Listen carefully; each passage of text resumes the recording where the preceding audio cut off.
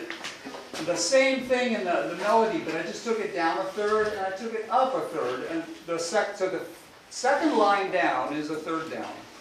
The third line is a third up, or a sixth down. And I put it down so for people who want to read below, low, it's just the same thing an octave apart. So let's just listen to this whole thing, okay? So we go on. Stop there. Stop there. Stop there. Stop there. Stop there. Okay. So are you flagging what notes sound good and what don't? They're already flagged. The ones that are circled. Yeah. So if you look on my copy, the ones that are circled don't sound very good. Okay? And if you let's just keep going on with the same thing, we'll see where it is. And if you think there are other things that are not circled that you think don't sound very good, just let me know. But just pay attention to which ones that they're circled. You say like, yeah, I think you got all the ones that are just real clams in there, okay? Let's do the B part. 1, ready, go! Yeah, what? Well, Yeah. the E makes it sound like an E minor. The E minor sound, yeah. So, do you have the? I gave you the copy that's circled, right? Things are circled. Is there anything that's not circled that you think, oh, well, it should be circled, or any of the ones that are circled that you think are probably? Those are probably the ones that I think they don't sound good to my ear. Well, the E in the first measure. The E. That one. Oh, that's good. Okay, we'll circle the E. Okay. To me, that makes it sound like an E minor chord there. Okay. All right. So we'll circle those as well. All right. Okay. We got. Dun, da, da, da, dun. Okay. So there's two more that are circled. Okay. Now look at the numbers. Okay. So the second line down, and this is the thing that I was drawing funny circles in the air and trying to describe. Those numbers refer to the number in the scale degree based on the chord. So the first chord is a G chord, and if I just write out the melody notes, the B is the third note in the scale of the G chord. Okay? All right? So I have 3, 4, 5, 3, 2, 1. Now I have a new chord, so even though the melody is going down, the number goes to the third degree of the D chord. Okay? 3, 5, 7, 6, 5, etc. Okay, and then the numbers refer to the number in the chord scale. Okay, not the numbers in the musical scale of the whole pit of the whole. So anyhow, look at the circled numbers and circled things and say what are numbers that are circled that sound good, and you'll see the numbers. You're like 2, 1, 1, 2, 1, 1, 1, 1, 1, 1, 1, 2, 1. Do you see a pattern? Yeah. First note. Yeah. Okay. If you're on the first note or sometimes the second note of the scale, and you go down a third, it's going to sound pretty good because that's where you enter into the zone of where the spacing in the triads is large. Okay, you have 2 notes between consecutive notes in the chord instead of 3. So when you're entering into that zone, then it's just not going to sound very good. All right, well, let's do the same thing with the parallel thirds on the upper end, or the parallel thirds a sixth down. Okay, I mean the parallel melody is sixth down. Okay. A lot of it sounds really good, but there's a few notes that just sound really bad, okay? And so if I look at the ones that are circled there, and I say, what numbers are these things are circled here? And I go, it's like, oh, the number 5. Oh, the number 5, the number 5, the number 5, the number 5. So I think part of the reason is that a lot of things that go in fast runs, who cares? Your ear just goes, smooths all that stuff out. And these are pretty small things, and they're also it's leading into something logical. Right? So what's happening? Da, da, da. There's bottom line. Because if you do a different tempo scale, it's leading in logically. If you did, I bet you could play the F sharp there instead, and da da da, and it would sound just as good. Okay, you want to try that for me? Can you play with the F sharp into the G right there, and then can you play the melody? 1, ready, go.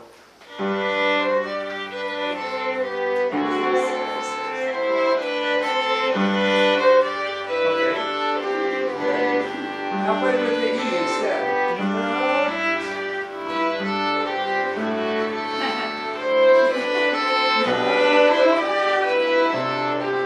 Okay. There's some little funny bits. Okay, but basically, this is what I was trying to do, this is the basic things in broad brush strokes, is that there's a kind of danger zones, and you'll see if you go through kind of an analysis like this, that there's certain numbers. You say, oh, if I'm going to play a parallel third below, better stay away from when the melody goes down to the first degree of whatever chord I'm on. You know, if it's in a G chord and it's going to play a G, I better probably not play the third below because it's going to clash. Okay? All right, that's just a place. That gives you like a little pothole to avoid when you're driving, and that might be a good mental thing to keep track of. Okay, and the same thing when you do the third above. There's just certain regions when you get towards the high end of the scale, up to 5 or something like that. Yeah, back off because that's going to give you some interesting, funny dissonances. Let your ear guide. Really, the ear is your best judge. Okay, all right. But this is just this is a little things like okay. I'm going to try to avoid this pothole and this pothole when I do my parallel thirds. And that's really all to say about it. Anything else more sort of like that we can go, or shall we go on to the next thing? Next thing. Okay, Next right, thing. good, good. Thank you for revisiting. Huh? Thank you for revisiting. Yeah, okay. I was hoping this is a little clearer. Maybe I'm having another Wednesday, I don't know. Okay, so I gave you a sheet yesterday. Not the back of the one I just gave you, but this, the candle blue dark. We'll do that tomorrow, I think. But I gave you a sheet yesterday that had just a bunch of chords written out at the very top. It's just called write a tune exercise. On the back of the old mill. On the back of the old mill. Okay? If you all have pens or paper or pens or pencils, if you don't have any, I've got the pencils I can give you back over here. Yeah. Okay. So what I'd like you, those of you who've tried to write tunes before, if you were to write to a chord structure, and I don't know how many of you have ever tried to write to a particular chord structure. You have. What?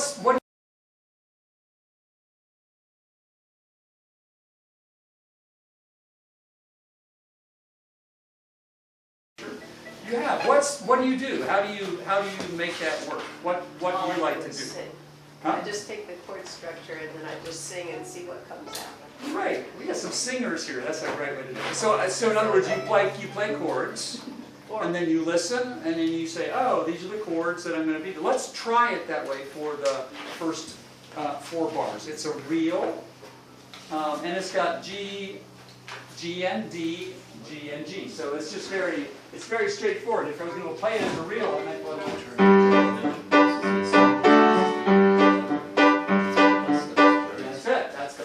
And then you write a melody. Is it helpful if you play that and then start kind of like thinking around, getting on your instrument, but just have this on Actually, it'd be loop? kind of fun to let people try playing some notes to go with those Playing the chords. notes. Yeah. Why don't you just play around and we'll just loop that, okay? This is going to be a very boring job for you, but I want you to go into infinite loop on this sequence. No, this one here. 1, 2, 3, 4. This is. I know, I got 10 on there. I know. I want to make it interesting. I mean, I'll give you a 10-bar phrase That's for great. the part. Okay? This is more fun that way. I don't want it to be too boring. Okay, so try. So can you just go on to loop and just play chords? Okay. Like just like.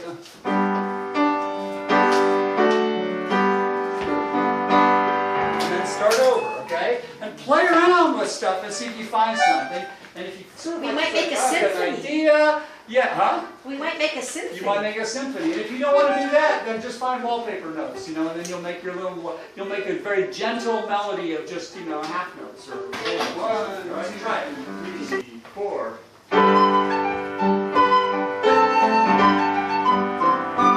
Great. Who's next?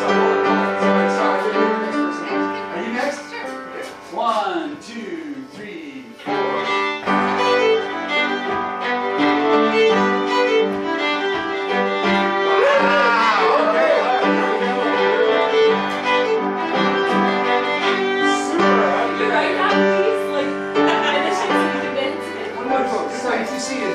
You say, okay, I've got a G, I can start on a G, I can start. Usually, it's not always the case, but usually if you're on a G chord, the first note in that measure will harmonize with the chord that you're on.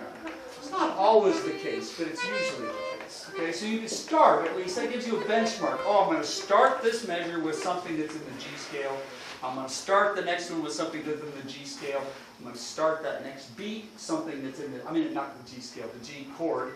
and the D chord. And so I have some notes as little benchmarks that I can stick into the whole thing and make a crafted melody around it. If you want to make the melody go high, da-da, you know, hey, both those notes are in the same chord, and so you can cover a lot of ground, or you can make it just noodle around without very much of a range. And so in the middle of this thing, you were saying you can put in some arpeggios on G. You know that arpeggios on G are going to fit the G chord just fine. So if you da da da da da, that's, you know already those notes are both going to fit, and it'll be chordally. You can put a scale on there, like you have a lot of the things about the scale is you can chord it a lot of different ways because it goes through lots of different notes.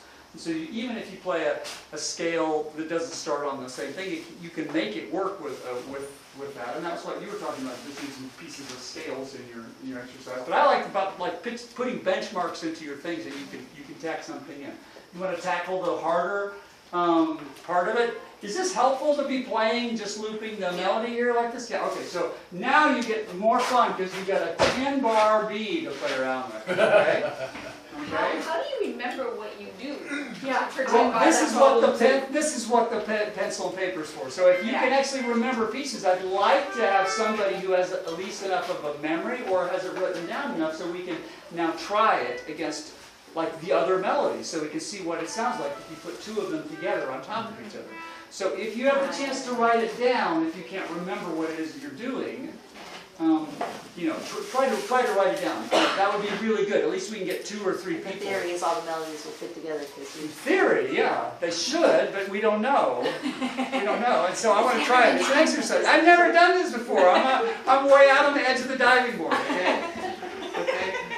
Yay! So shall we start? 1, 2, 3. Now, while it's still kind of fresh in your mind what you did, write it down, okay, so you don't lose it, okay? Or cement it in your mind, okay? Complete knowledge. Laurel, I know you would. Write it down. No, and it's really gelled. And you wrote it all out, and now it's kind of the same each time, which is cool. Anybody else have a melody that you could kind of? Yeah. 1, 2. Can we play them together? Just to show them together. Ready? 1. You have an A part too?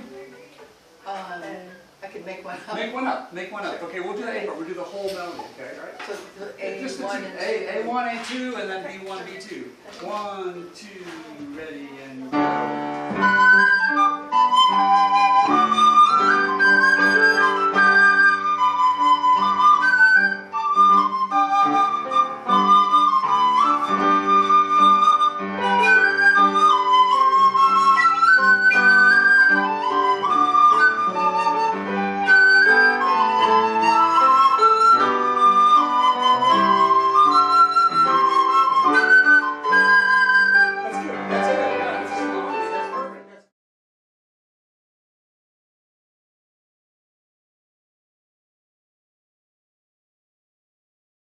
Now, what do you think of the whole thing happening together?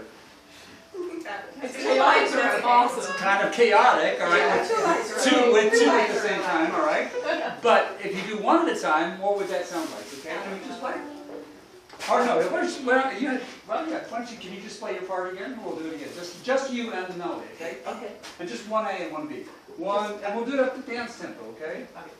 1, 2, 3, 4.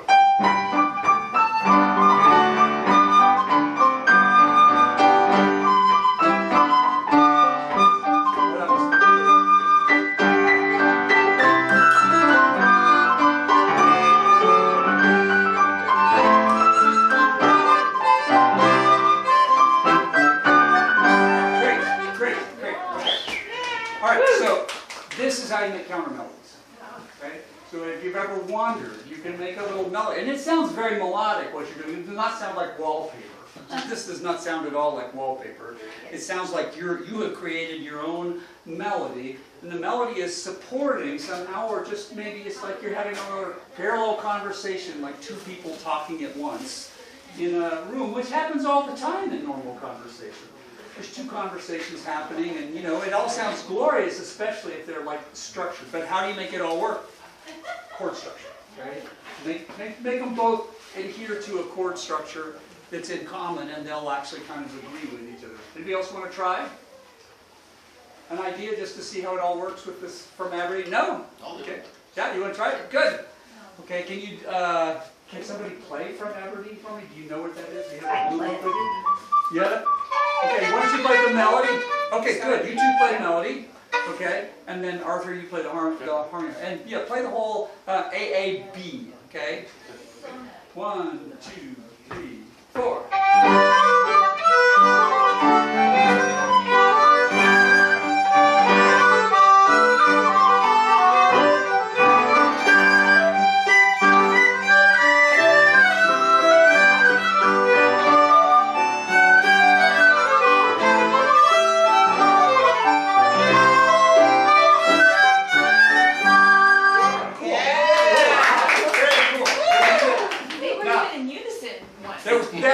Yes, at one time it was exactly the same line. Now, you always have to run the risk if you make a busy line like this, especially if you don't know what ahead of time, like what tune we're actually trying to make a counter melody to, as I didn't do to you this time, right? Didn't tell you. You can end up with lines that just totally clash, okay? You can be a half step or a step apart from each other in the scale, doing a nice little run, but one starts on one note and one note starts on the note above it, and so it's splat, splat, splat, splat, splat, splat, splat, splat, splat, splat, splat, splat, all through a very long run. Not all these things that you just come up with in a vacuum are going to fit. They'll fit a lot better if they're not busy, okay? Yeah. So the more, and Laurel, you had a really nice, I mean, you had a very long sort of line thing, and that sort of thing, if there's the melody is hopping up and down and doing runs and stuff like that, not likely to interfere with what you're doing because you have these long held notes again against it, rather than a busy sort of thing. But it also sounds less like a counter melody. I mean, a real counter melody would have lots of, it would sound like a melody. So that's all that I wanted to talk about. This is like a counter melody idea for this sort of thing. But I thought I would just give you some fun to do. This is going to be super.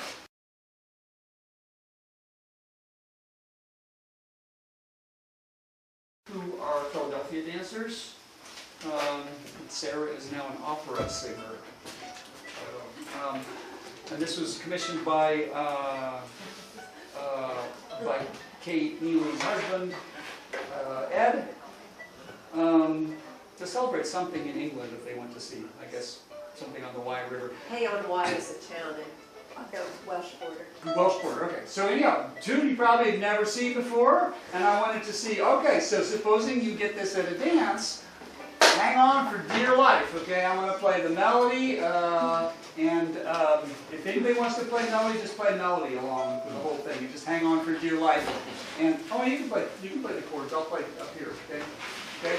And then, but if you want to experiment around with, oh, supposing I was at a dance, can I track with these ideas of wallpaper?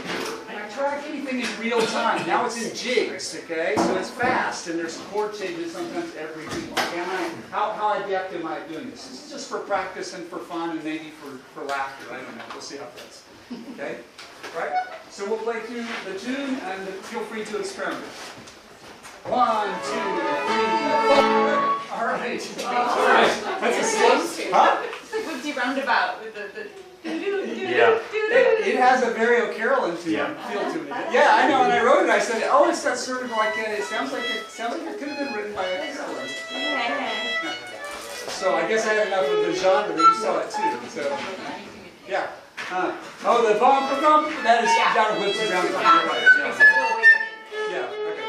All right. So when you're reading through this thing, it's a hard piece, okay? Yes. It's a hard piece, okay? So what are your strategies if you get into a situation where you're playing the melody of a tune like this, and you're just like, oh my gosh, it's my turn to play the melody. What am I going to do? Yes.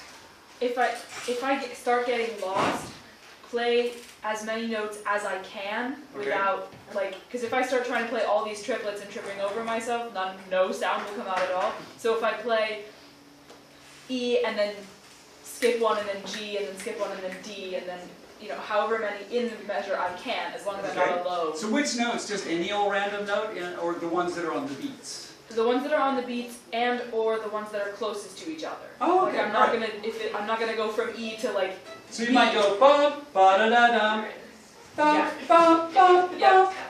Good, great idea. Anybody else have an idea? Strategies? Try to handle. This is again off topic, but it's a useful thing to talk about. Yeah. I might play in the group of 6, note the one, so dot, the dot, the dot, the dot, instead of dot, the dot, the dot, you know, just. Okay, so you might leave some of the Leave triplet things those. out. Just play the one in the. The one and the 3 of each triplet, instead of the 1, 2, and the 3 of the triplets, okay? Yeah. Or the 1 and the 4, the 2, the beginning note of each triplet. Yeah, or the beginning notes, right, so right on the beat. Da, da, da, right on each beat, yeah, okay, that's a good way of doing it. Any other strategies for how you keep track of it? That's good. Okay, supposing, oh yeah, go ahead. First half of each measure. First half of each measure. Yeah. Yum bum, yum bum bum, yum bum, da da, da bum, da. I think you have to play it. That's kind of hard, actually. Yeah. That's kind of hard, but yeah, anything you can do that will help you with the tracking, okay? Yeah, when you see a pattern of the, like next to the last line, you got. Right. Yep. You can find the voice instead of bum bum bum bum bum bum bum, which is a little bit harder. Okay. Play Good. the chord tone, Good. learning. You play. Yep. Okay. And then if you're going to be doing something else, you don't have to necessarily. I'm supposing you're not playing the melody, but you're seconding somebody who's really strong, who's already got the melody. And hey, I just saw this piece. I know you've had like 5 days to practice it, and I haven't actually ever seen this until now. Can you just take like the first 5 or 6 rounds until I get the tune kind of in my head? I'll just play behind you. Okay, so what do? It's fast chord changes, right? Can you keep up with it? Who was having trouble sort of like struggling to keep up with the chord changes? Yeah, it's super hard. So are there any strategies for keeping up with this, with just the wallpaper? You can leave out some of the chords. Okay. Okay, yeah. I would leave out chords where I would just play the root or just play what's written every time. If it's an A chord, I play the A. If it's an E chord, I play the E. There you go. Okay, that was the wallpaper 1, Simplest right? thing. That's the wallpaper number 1. You could just play the chords. And if you can't keep up with the chords, then leave it out. You were suggesting? What was anything? Well, something I tried is just playing the 5th, the E, the whole time through the A. It didn't end up sounding all that great, but I You just didn't wanted sound to- bad. That's Can right. you do that? Can you show me? That's Sure. the magic note. Hold on a second. Let me just play it. 1, 2, 3, 4.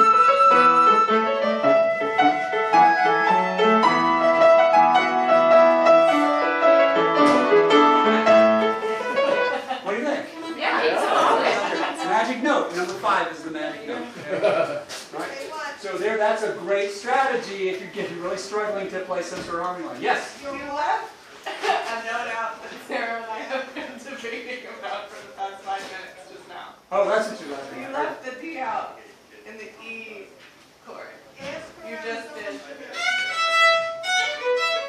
instead of, which is very fun. Anyway, go on. Oh, instead of like da-da-da. Yeah. Oh, Yeah, yeah. because I was on Yeah, when well, I make it a that's D just sharp. because it's a string crossing, it's like you don't want to play it, or is it? We can't decide if we want it to be a D sharp or not. Oh, yeah, that's a good, yeah. Yeah. Yeah, I couldn't decide either, I was right. Yeah. But it's so funny because he started playing, we were like, oh, he's gonna play it. Maybe he'll know. No, I'll never divulge the secret. No. This is Like, ours. no, that's the I played it as a D sharp But it's a first D couple sharp, times. you know, Couple of that's, times. to me, that's one of those fluff notes. Until I realized. Yeah. Okay, all right, so if that gets out in the folk world and everyone plays it as a D sharp from now on, I will not be upset, okay? Well, or it could be a simpler tune. It's just that you have to agree with your neighbors, otherwise there's going to be some splatting against that, okay? All right, that sounds good. So those are strategies. But now I had some other strategies that we had in the wallpaper thing, yeah? There was that line, the would you roundabout, bum, bum, bum, bum, and that seemed like a highlight, so I was just, all the other stuff was blah, blah, blah, and I just tried to play thirds above that line to highlight it. To bring it out. Okay, good. So you're finding the places where you think, oh, well, I'm just going to harbor all my energy to put to the places where it really matters. And here's where it really matters. This place I want to do something really well, and so I want to make something that will really contribute. And the rest of it is kind of like,